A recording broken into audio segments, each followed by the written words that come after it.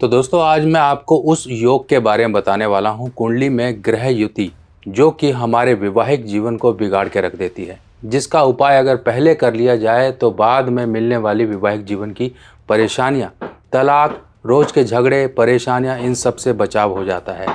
और ये कौन सा योग होता है, इसके क्या सिंपल उपाय हैं, आज मैं आपको सभी बताने वाला हूँ।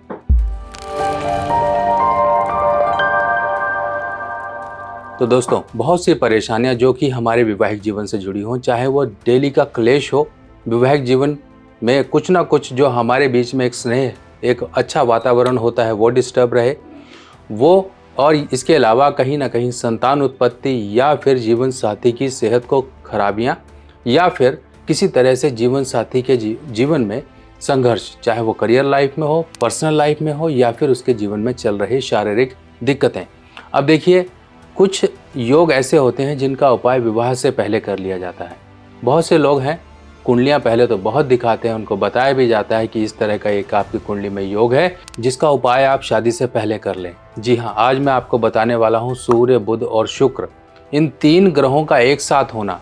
या तो ये तीन एक साथ हों या फिर इन ग्रहों के साथ और भी एक आधा ग्रह आ जाए, क्योंकि प्रैक्टिकली ये चीज़ें बहुत सी देखी गई हैं जिनमें वैवाहिक जीवन की परेशानियाँ जुड़ी होती हैं। जैसे कि कहीं ना कहीं ऐसे लोगों के तलाक होते हैं, जीवन साथी को कहीं ना कहीं शारीरिक कष्ट होते हैं, संतान उत्पत्ति में दिक्कत होती है और ये परेशानियां तब शुरू हो जाती हैं ज़्यादा जैसे ही बच्चा पैदा होता है। संतान उत्पत्ति, चाहे वो लड़का पैदा हो तो पिता पर भारी हो जाता है, लड़की पैदा हो तो माता पर भारी हो जाती है। और लड़का लड़की अगर दोनों पैदा हो गए तो दोनों के दोनों माता पिता कहीं ना कहीं जीवन में अपने परेशान रहते हैं, जीवन में स्ट्रगल रहता है और वैवाहिक जीवन सुख में नहीं रहता है। कई बार ये सूर्य, बुध, शुक्र इस तरह की परेशानियां लाता है कि हस्बैंड वाइफ के बीच में कहीं ना कहीं एक शक या किसी तरह का ट्रस्ट जो हमारे बीच में होना चाहिए हस्बैंड वाइफ के बीच में, वो कहीं ना कहीं परेशानियों में ले आता है, जिसके कारण शक के दायरे में एक वैवाहिक जीवन टूट जाता है। किसी प्रकार के झूठे आरोप या किसी तरह की परेशानियां जो कि वैवाहिक जीवन को क्लेशपूर्ण बना देती हैं, ये चल जाती हैं। तो आज मैं आपको ये दो चीज़ों से उपाय ये बताने वाला हूँ। ये मेरे हाथ में एक तांबे का लोटा है, इसमें साबुत मूंग भरी हुई है और ढक्कन को देखिए सील किया गया है। इसे बोलते हैं कलई। आपके यहाँ पर ये कलई मिल जाएगी, पर थोड़ा ढूंढना पड़ता है। ये तांबे का लोटा है और ये इसके अंदर भरी हुई है साबुत वाली ग्रीन वाली दाल। और दूसरी तरफ है ये चांदी का छल्ला। ये चांदी का छल्ला बिना कट, बिना जोड़, बिना टाँका, देखिए किसी तरह से नहीं है। एक ही धातु को पिघला के सांचे में डाल के बनाया जाता है छल्ला। यही है इस ग्रह युति का उपाय। अब मान लीजिए आपकी शादी हो चुकी है या होने वाली है। कई बार ये उपाय शादी से पहले किया जाता है। ये ज़रूरी उपाय शादी से पहले किया जाता है। अगर शादी हो चुकी है तब हम शादी के बाद क्या करें, आप ये समझिए। देखिए, शादी से पहले तो हम एक बड़ा सा कम से कम 4-5 किलो का एक तांबे की गागर लेते हैं। वो भी इसी तरह से तैयार की जाती है जिस तरह से ये छोटा लोटा तैयार किया गया है। इस तरह से तैयार करके फिर हम उसको कन्यादान जब किया जाता है उस समय ये कन्यादान इसका भी कर देते हैं और बाद में इसको जल प्रवाह करवा देते हैं, चलते पानी में छुड़वा देते हैं। ठीक है, इस तरह से ये सिंपल सा एक काम, देखिए एक छोटी सी एक आपकी विधि जो कि वैवाहिक जीवन के लंबे समय को सुखमय बना सकती है, एक छोटे से मात्र उपाय के जरिए। उसके बाद क्या होता है, उसके बाद आपको हस्बैंड और वाइफ को एक चांदी का इस तरह से छल्ला पहन के रखना है। चांदी का छल्ला पहन के रखेंगे तो यहाँ पर चंद्र की सहायता मिलेगी और जो सूर्य, बुध और शुक्र का एक योग है वहाँ पर ये चंद्र की मौजूदगी के कारण आपको इस ग्रह युति के बुरे फल नहीं प्राप्त होंगे। अब ये तांबे की, उसके बाद अगर मान लीजिए आपकी शादी हो गई है तब भी आप एक बार तो ज़रूर कर लीजिए। उसके बाद प्रत्येक वर्ष आप अपने शादी की सालगिरह पर इस तरह से तांबे का लोटा तैयार करवाएं। ये साइज़ देख लीजिए, किसी भी साइज़ का आप ले सकते हैं, चाहे 1 किलो का लो, चाहे आधा किलो का लो। एक तरह से उपाय है, चाहे आप बड़े रूप में करो चाहे छोटे रूप में करो, तो ये कोई दिक्कत नहीं है। शादी से पहले ये ज़रूरी होता है कि बड़ा कम से कम 4-5 किलो का आप ले लीजिए, वो तैयार करवाना ज़रूरी होता है। शादी के बाद तो आप छोटे से भी काम चला सकते हैं। शादी की सालगिरह पर ज़रूर कर लीजिए। मान लीजिए शादी हो गई है और आपकी सालगिरह आने वाली है, फर्स्ट ईयर ही है आपका, तो बड़ी गागर आप ले लीजिए, उसके बाद छोटे करते रहिए। इस तरह से आप इसको कंटिन्यू रखो।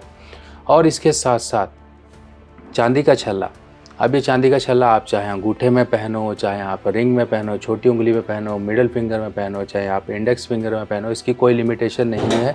आप किसी भी फिंगर में इसको पहन सकते हैं। तो इस तरह से ये आपका एक सूर्य बुध शुक्र का एक ये उपाय बन जाता है। बस इतना ध्यान रखिए, कुछ योग का उपाय शादी से पहले कर लिया जाए तब बहुत बेहतर होता है। बाद के वैवाहिक जीवन की जो दिक्कतें और परेशानियां, उनसे बचाव हो जाता है।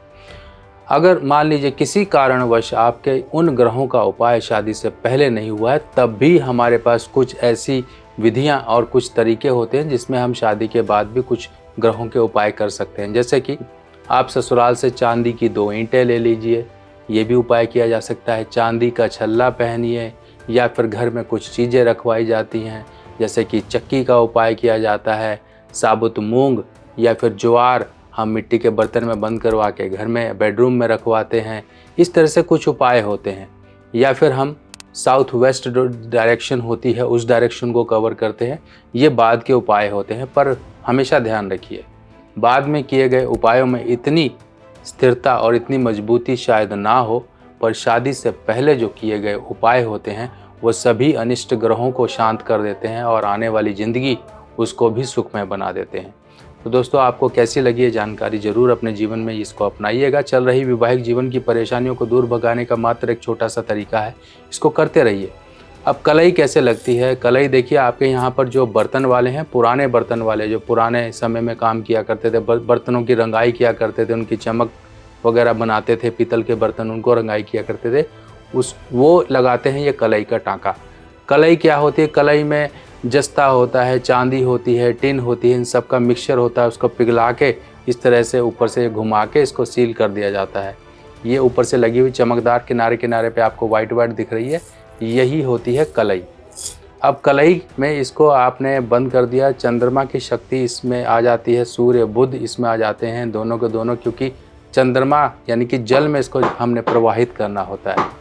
अगर आप अपने आप से लाल किताब के उपाय करना चाहते हो तो आ गई है मेरे द्वारा लिखी हुई नई लाल किताब, जो कि बिल्कुल सिंपल साधारण भाषा में है। और ये लाल किताब बिल्कुल सरल भाषा में आप लोगों के लिए मैंने लिखी है, ताकि आप लोग इसे पढ़कर अपने उपाय खुद कर सकें। और जो ग्रहों की स्थिति है, ग्रह क्या असर जीवन में लेकर आते हैं, उनके बुरे असर को कैसे दूर किया जाए, ये किताबें अब आपकी मदद करेंगी। ये पहला भाग है, ऐसे 5 भाग कुल मिलाकर आएंगे, जिसमें ये पहला भाग बेसिक होगा, यानी कि पार्ट 1, पार्ट 2, पार्ट 3, पार्ट 4, ऐसे पार्ट 5 तक आपको पूरी की पूरी संपूर्ण लाल किताब की जानकारी इन भागों में मिल जाएगी। ये किताब हिंदी में होगी और सरल भाषा में होगी। देखिए, इस तरह से इस किताब में संपूर्ण जानकारी, उपाय इत्यादि, योग, सब चीज़ें इस किताब में दी गई हैं। फिलहाल ये किताब पहली जो आपका पहला कदम होगी इस ज्ञान की तरफ। आप अपने जीवन में अपने परिवार वालों की, अपने दोस्तों की, किसी की भी कुंडली को देखकर अध्ययन करके उन्हें उपाय बता सकते हो, और ये उपाय बताने के लिए ये किताब आपकी मदद करेगी। तो दोस्तों, कैसी लगी आपको जानकारी, ज़रूर मुझे बताइएगा। बाकी मिलते हैं नई जानकारी के साथ नई वीडियो पर। जाते जाते आप सभी लोगों से एक ही रिक्वेस्ट है कि जय माता जी ज़रूर लिख दीजिएगा कमेंट सेक्शन में। बाकी मिलते हैं, तब तक के लिए आज्ञा दीजिए। नमस्कार।